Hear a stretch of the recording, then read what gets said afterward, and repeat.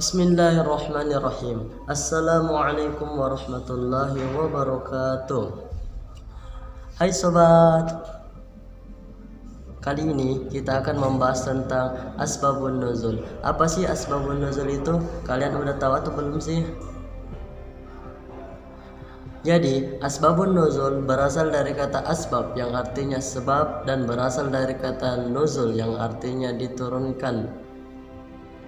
Jadi, asbabun nuzul adalah sebab diturunkannya beberapa ayat.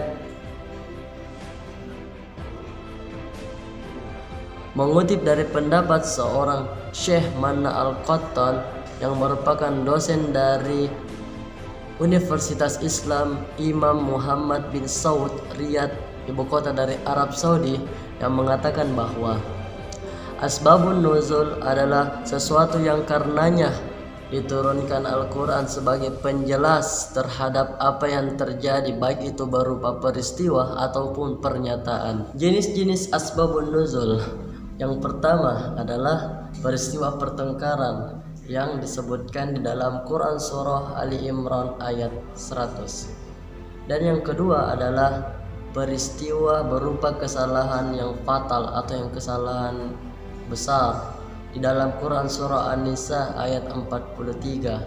Saat itu ada seorang imam sholat dalam keadaan mabuk sehingga salah mengucapkan Quran surah Al-Kafirun. Maka turunlah Quran surah An-Nisa ayat 43 ini yang bercerita tentang jangan mendekati sholat ketika dalam keadaan mabuk. Yang ketiga ada peristiwa berupa cita-cita atau peristiwa menginginkan sesuatu. Berdasarkan banyaknya jumlah ayat dan sebab dibagi menjadi dua.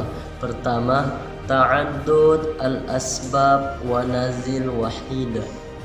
Artinya beberapa sebab yang melatar belakangi turunnya ayat. Misalnya dalam Quran surah Al-Ikhlas ayat 1 sampai 4. Yang kedua adalah ta'addud an-nazil wal asbab wahid. Artinya sebab yang mendasari turunnya ayat.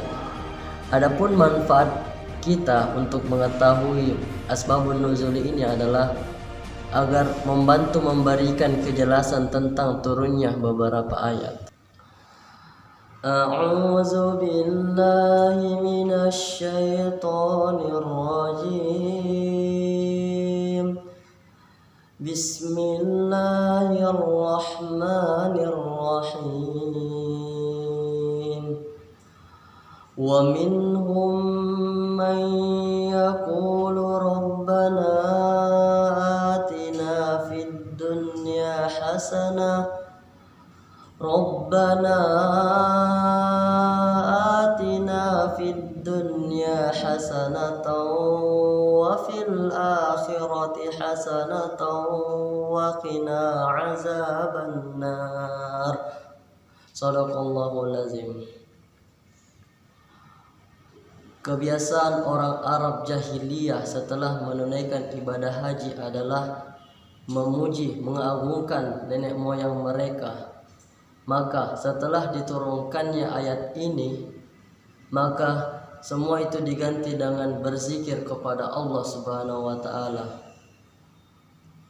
Rabbana atina fid dunya hasanah wa fil akhirati hasanah wa qina azabannar. Ayat ini merupakan doa favorit kita semua. Doa ini bukan hanya dilantunkan saat melakukan tawaf, tetapi doa ini bersifat universal, terbuka untuk kita semua. Doa ini biasa kita panjatkan ketika memohon kepada Allah Subhanahu wa taala agar diberikan kebaikan di dunia maupun di akhirat.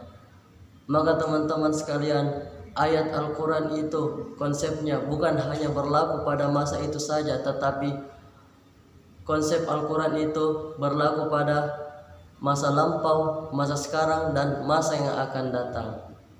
Sekian, wassalamualaikum warahmatullahi wabarakatuh.